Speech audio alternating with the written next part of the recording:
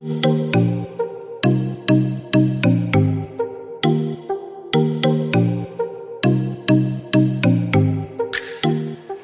बच्चों, how are you?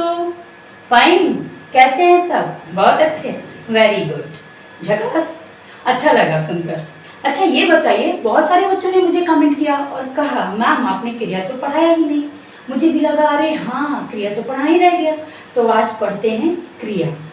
और इसके पहले जिसने हमारी क्लास को मतलब हमारे चैनल को लाइक नहीं किया, सब्सक्राइब नहीं किया, बेल आइकन को नहीं दबाया, तो प्लीज़ हमारे चैनल को लाइक करिए, सब्सक्राइब करिए और बेल आइकन को दबाना ना भूलिए, जिससे आपको वीडियो की सारी नोटिफिकेशन इजीली मिल जाएगी। और पिछली वीडियो के सारे लिंक डिस्क्रिप्शन में दे दिए गए हैं, आप बसंती क्लासेस के नाम से ढूंढ सकते हैं। और अच्छा पढ़िए। All the best for the exam and today let's start today's class. क्या पढ़ना है? आपकी डिमांड पर, आपके आदेश पर क्रिया लेकर हाजिर हैं। आइए क्रिया पढ़ाते हैं। क्या है क्रिया? क्या है ये क्रिया? क्या है क्रिया? मतलब किसी भी कार्य को करना, या कुछ कार्य ऐसे भी है जो खुद भी होते हैं। तो कार्य का होना और करना क्रिया कहलाता है। अगर परिभाषा के रूप में क्रिया को कहें तो हम इस प्रकार कह सकते हैं। देखिए क्रिया की परिभाषा क्या है? जिस शब्द से किसी काम के करने या होने का पता चलता है उसे क्रिया कहते हैं। जैसे जैसे खेलना, पढ़ना, हंसना, लिखना, बहुत सारे आप उदाहरण खुद दे सकते हैं। मैंने यहाँ पे थोड़ा ही उदाहरण लिखा है, ठीक है। जितना भी काम है, नाचना, गाना, सब कुछ क्या कहलाता है? क्रिया। इंग्लिश में हम डूइंग वर्ब भी कहते हैं, आपको पता है। अच्छे बच्चे हैं ना, इंग्लिश भी अच्छे से आती है और हिंदी भी अच्छे से आती है। चलिए, इसके बाद ये हो गया हमारी क्रिया की परिभाषा। अब आपके प्रश्न के हिसाब से कि मैम एक्सरसाइज भी बताइए, तो मैं आपको एक्सरसाइज भी बताती जाती हूँ साथ साथ में। उसके पहले एक्सरसाइज में शुरू करूँ, आप कॉपी और पेन लेके रेडी रहिए, ताकि आपको पता चले मैम ने क्या कहा, क्या नोट करना है। हम लोग अभी क्लास में ही तो हैं, ऐसा ही फील करना है, ठीक है। ये हुई हमारी परिभाषा क्रिया की। अब क्रिया के कितने भेद होते हैं? तो क्रिया के 2 भेद होते हैं। क्रिया के भेद, ठीक है। तो क्रिया के 2 भेद होते हैं। वो कौन कौन से भेद हैं? तो क्रिया के 2 भेद कौन से हैं? सकर्मक क्रिया और अकर्मक क्रिया। सकर्मक क्रिया क्या है, अकर्मक क्रिया क्या है, ये भी मैं आपको बताती हूँ। अब इसको आप ध्यान से सुनिएगा और नोट कर लीजिएगा। अगर आप नोट करते हैं, अगर आप जानते हैं कि क्रिया सकर्मक में क्या अंतर है, अकर्मक में क्या अंतर है, बस वो थोड़ा सा शब्द का ध्यान रखिएगा, तो अकर्मक अपने आप समझ में आ जाएगा और सकर्मक अपने आप समझ में आ जाएगा। क्यों? क्योंकि कभी कभी क्या होता है कि क्लास में और एग्जाम में भी जनरली क्या पूछा जाता है कि सकर्मक और अकर्मक क्रिया में अंतर बताइए, तो हम परिभाषा के रूप में अंतर बता देते हैं।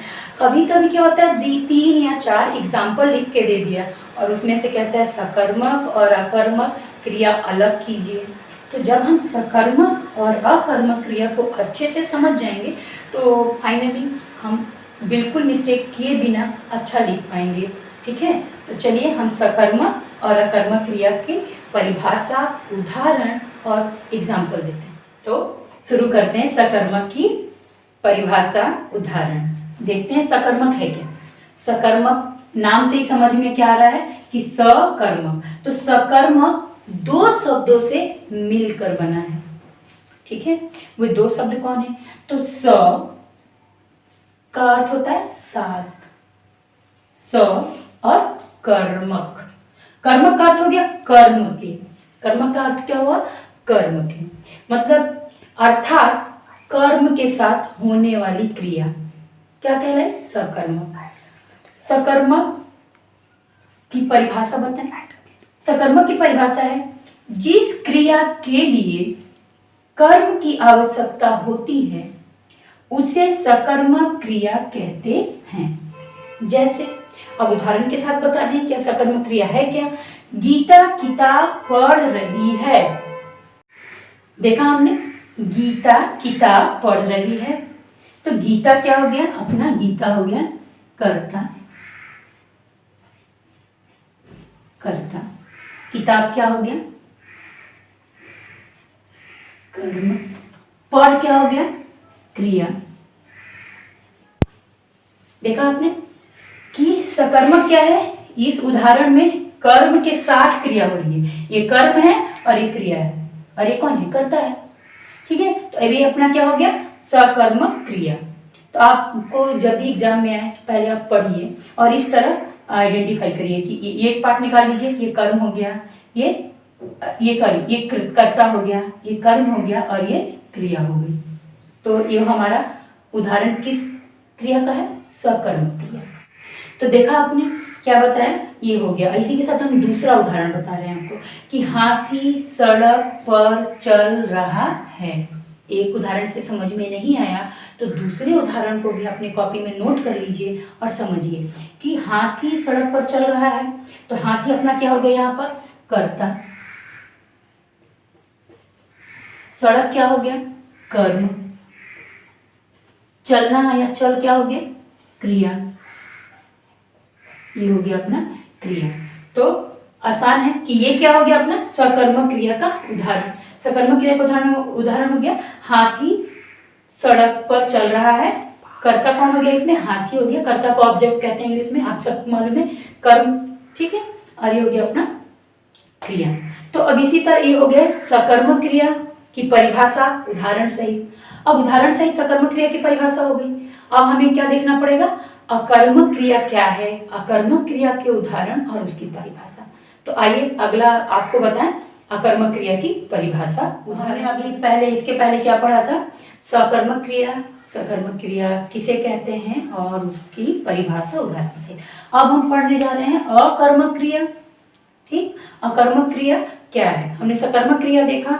देखिए अकर्मक क्रिया और सकर्मक क्रिया दोनों का थोड़ा सा कंपैरिजन करेंगे, तुलना करेंगे तो इजीली समझ में आ जाएगा, इसमें कोई डाउट नहीं। जैसे देखिए अकर्मक क्रिया है, उसमें क्या थी? सकर्मक क्रिया। अकर्मक क्रिया शब्द भी दो शब्दों से मिलकर बना है, जैसे सकर्मक भी दो शब्दों से मिलकर बना था, तो अकर्मक शब्द भी दो शब्दों से मिलकर बना है। अ का अर्थ है बिना और कर्मक का अर्थ है यहाँ पर कर्म के। ठीक, मतलब हमने उसमें क्या पढ़ा था? क्या पढ़ा था? साथ, और कर्मक का अर्थ क्या हमने पढ़ा था? कर्म के साथ। और ये हो गया कि कर्म के बिना, अर्थात जो क्रिया कर्म के बिना होती है उसे हम कहते हैं अकर्मक क्रिया। परिभाषा देखें, परिभाषा क्या है?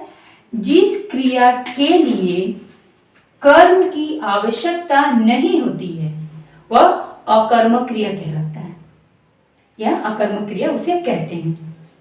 जैसे बालक हंसता है, बालक क्या है? कर्ता। बालक क्या है? कर्ता हुआ अपना, और हंसना क्या हुआ? क्रिया। हंसना क्या हुआ? क्रिया। मतलब इसमें कर्म नहीं है। ये देखिए यहाँ पे कर्म रहता है ना सकर्मक में, इसमें कर्म नहीं है, इसमें कर्म नहीं है। अपना क्या है? सिर्फ कर्ता है और क्रिया है, इसलिए ये कौन सी क्रिया हो गई? अकर्मक क्रिया। क्लियर? एक और उदाहरण देख लें। नेहा रोती है। ठीक है, तो नेहा है, नेहा क्या हो गई? अपना कर्ता। और रोना क्या हो गया? क्रिया। मतलब यहाँ कर्म नहीं है, तो ये जो क्रिया हो तो रही है लेकिन कर्म के बिना हो रही है, तो इसीलिए कर्म के बिना जो क्रिया होती है उसे अकर्मक कहते हैं, जो कर्म के साथ होती है वो सकर्मक क्रिया कहलाती है। इतना क्लियर हो गया? हमने अभी क्या कंप्लीट किया? सबको क्लियर हो गया? क्रिया की परिभाषा, सकर्मक क्रिया की परिभाषा उदाहरण सहित और उसके उदाहरण, अकर्मक क्रिया की परिभाषा उदाहरण सहित। क्लियर? अब हम बता दें, आपको कहा था वीडियो के स्टार्टिंग में कि अगर हम कुछ एक्सरसाइज कराएंगे तो आप कॉपी और पेन लेके रेडी हो जाइए। तो देखिए कॉपी और पेन ले लेंगे तो अच्छा रहेगा उदाहरण को समझने में। तो बी रेडी? देखते हैं किस तरह के क्वेश्चन आते हैं। पहला क्वेश्चन आता है क्रिया की परिभाषा, या क्रिया किसे कहते हैं, या क्रिया से क्या तात्पर्य है। तो हमको इन तीनों कंडीशन में क्रिया की परिभाषा ही लिखनी है। क्लियर?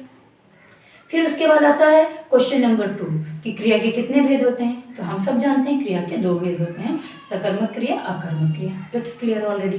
देन नेक्स्ट क्वेश्चन आता है कि कर्ता से क्या तात्पर्य है ना।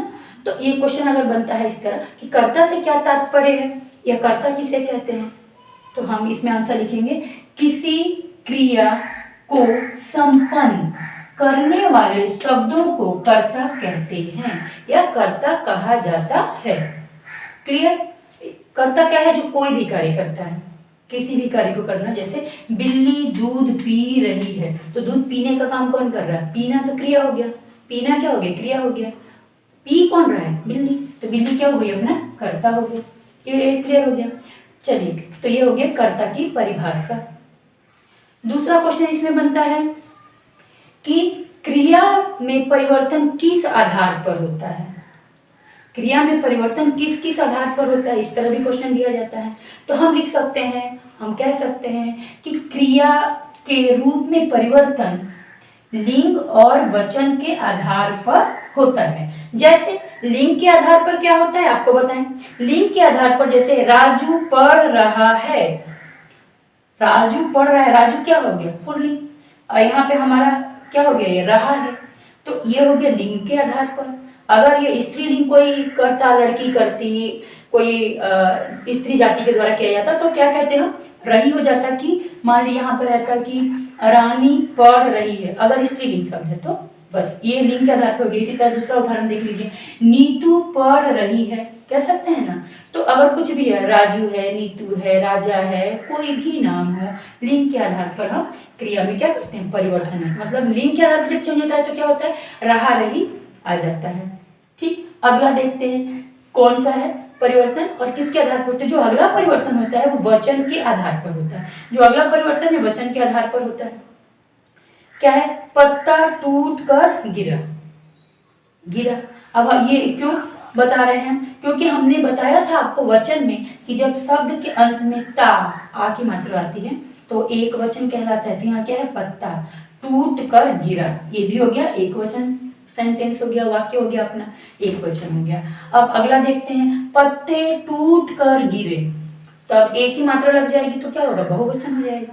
तो ये एक वचन का उदाहरण हो गया। तो वचन के आधार पर जो परिवर्तन हो रहा है अपना, ये एक वचन के आधार पर हो गया और ये बहुवचन के आधार पर। हम इसको लिख भी सकते हैं अगर चाहें तो, ऐसे एक वचन की ये है, एक वचन शब्द है और ये अपना बहुवचन शब्द है। देखिए ये अपना बहुवचन शब्द है, तो हो गया एक वचन दो। तो हमने 2 क्वेश्चन कंप्लीट किए, 3 क्वेश्चन क्रिया की परिभाषा लिख करके। अगला क्वेश्चन बनता है कि धातु रूप क्या है या धातु, क्रिया में धातु क्या होता है। तो हम लिखते हैं क्रिया का मूल रूप धातु कहलाता है। क्रिया का मूल रूप धातु कहलाता है। ये धातु है क्या, थोड़ा सा समझिए। धातु क्या है, जैसे पढ़, लिख, हंस आदि। मतलब जो स्टार्टिंग के शब्द होते हैं, हमने बहुत सारे एक्सरसाइज किया ना, जो स्टार्टिंग के शब्द होते हैं शुरू के, अगर हम उसमें पीछे आकर कोई शब्द जोड़ दें और एक नया अर्थ निकल आए तो वो क्या हुआ कि वो अलग शब्द हो गया और ये हमारा धातु हो गया। मूल शब्द जो है, मूल है मतलब मूल रूप। तो क्या हम इसको कैसे करेंगे, इसमें क्या क्रिया बनेगी, पढ़ क्रिया बनाना है। तो हम क्या इसमें धातु अपना क्या है, धातु का मूल रूप, क्रिया का मूल रूप धातु कहलाता है। जैसे ये पढ़ है, पढ़, यहाँ पे प्लस लगा दिया, क्या हो गया, ना, क्या बन गया अपना क्रिया, पढ़ना। दूसरा क्या था, लिख, तो लगा दिया लिख, प्लस ना जोड़ने से क्या बन गया, नया रूप लिखना। क्या बन गया, लिखना। क्लियर। ऐसे यहाँ पे अगला हो जाएगा हंस, अगला उदाहरण है अपना हंस, इसमें भी ना जोड़ दिए, क्या बन जाएगा, हंसना। हंसना मतलब कि जो भी हम काम कर रहे हैं, जो भी उदाहरण दे रहे हैं, उसमें क्या होना चाहिए, उसमें मीनिंग निकलना चाहिए, अर्थ निकलना चाहिए। अब आप अर्थ निकल रहा है, क्रिया का मूल रूप धातु कहलाता है।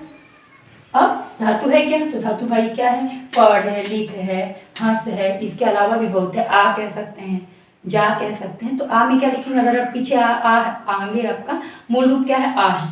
ना लगा दिए तो आना, मीनिंग हो गया। जा है और उसमें ना लगा दिए, पीछे से ऐसे धन लगा के जोड़ दिया, तो क्या निकल पाया? आना, जाना। इसी तरह की बहुत सारी चीज़ें हैं। पढ़ है, पढ़ना है, चल है, चलना है। तो आपको इन सारी चीज़ों का ध्यान रखना है और बाकी किसी भी चीज़ में नहीं। आपको बता रहे कि हम इतने डिटेल में क्यों बता रहे हैं, क्योंकि बहुत सारे बच्चे हैं जो पहली बार ग्रामर पढ़ते हैं, छोटी क्लास के बच्चे हैं, 3rd के, 4th के, जो क्लियरली नहीं समझ पा रहे हैं। तो आप ध्यान से सुनिए। अगर आपको नहीं समझ पा रहा, मान लीजिए अभी आपने कॉपी नहीं लेके बैठा, आपने नहीं लिया है, तो कोई बात नहीं, उसको बार बार सुनिए कि तो एक इजीली समझ में आ जाएगा। आज के लिए इतना ही, अब अगली क्लास में करेंगे बाकी एक्सरसाइज, जैसे आपके डिमांड पर, आपके आदेश पर। ठीक है, तो फिर चलते हैं। Bye bye.